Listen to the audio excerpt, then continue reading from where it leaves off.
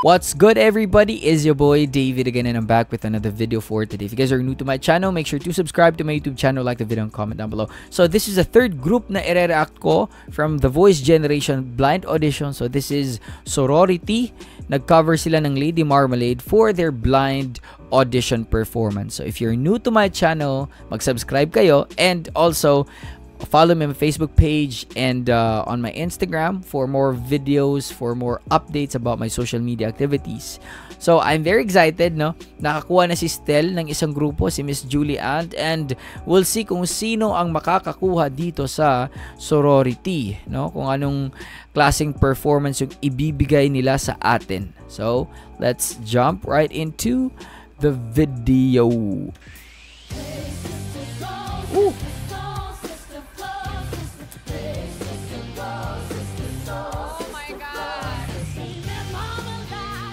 Oh.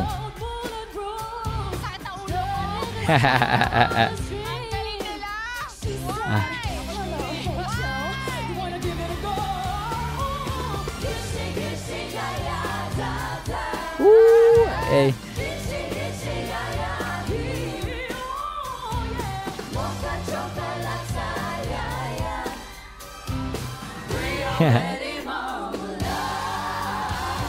Na-hype si Julie Ann kasi may performance siya nito eh. And then, she's from Queendom, no? Gumagawa sila ng ganitong klaseng production ng arrangement. Oh. Ayun na, nakaka-hype.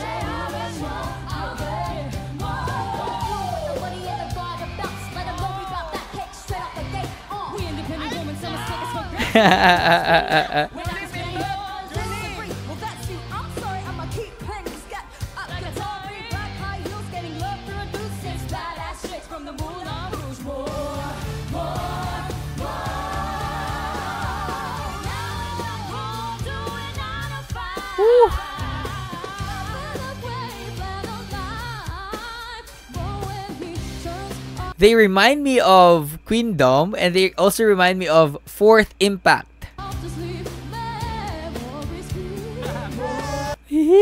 Nice.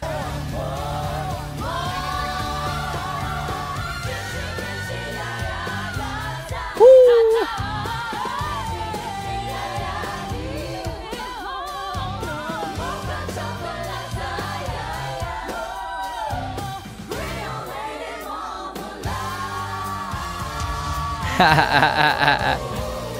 Chito lang.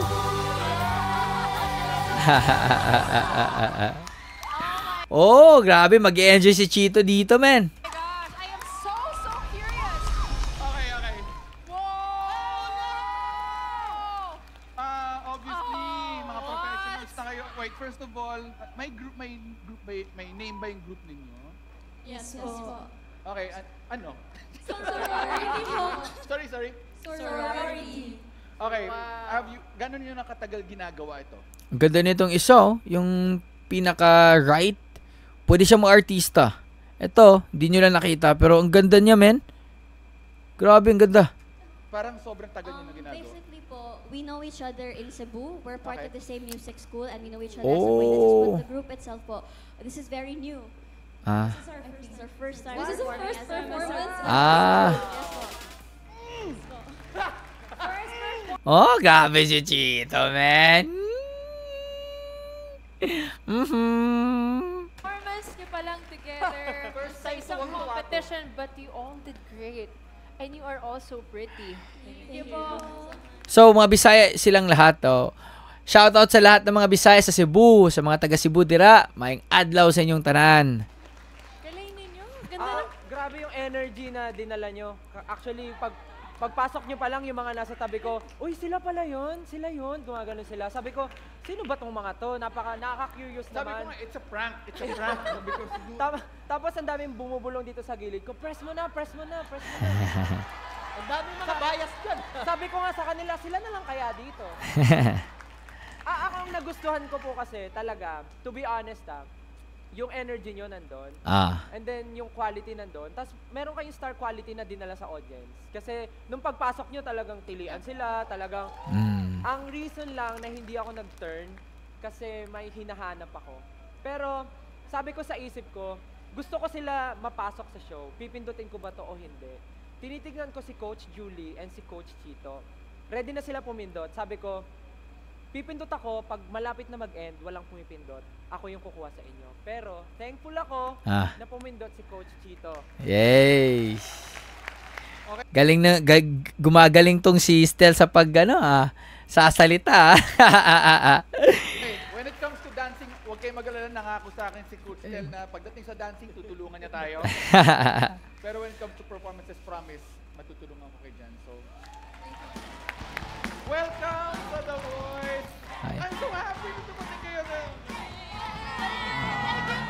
Woo! Enjoy si Alto talaga dito. Itong susi na to, susi sa parokya lang. Welcome. Gagalingan natin talaga. Gugulpihin natin sila lahat. Okay talaga. So cute. Ay, ikaw yung baby. Sa'yo muna susutin. I'm so happy. Baby na agad. Ito, ang ganda nito talaga. Itong pinaka-right, no? Ewan ko kung nakita nyo. Ito, kita ba sa screen? Ito, ayan o. Ito. Yan. Ganda. Yeah, boy! Rock and roll, girls! Yes, congrats. Okay, so that was very energetic, no? Andun yung boses, andun yung energy.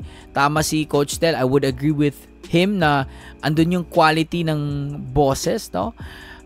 But I think na para sa akin siguro, the best coach for them would be Miss Julie Ann, pero hindi siya, for some reason, hindi siya umikot, no?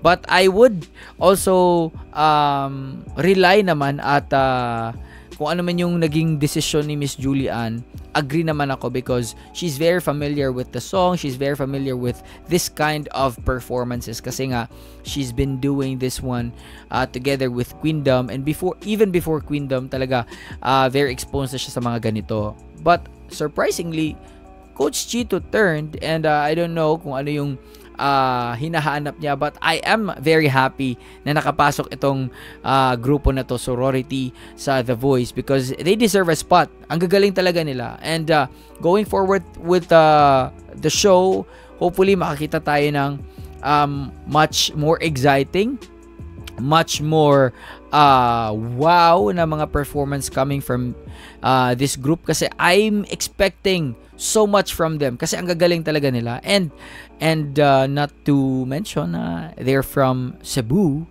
Hey, lahat ng mga taga Cebu, mga Bisaya, no, mga kabisaya ko diya, mga Bisayang dagko. So let's support Bisaya talents, no, for this show. So yeah, that's it. Hope you guys enjoyed that one. Peace out, everybody. Much love, stay safe, and God bless you all. Peace.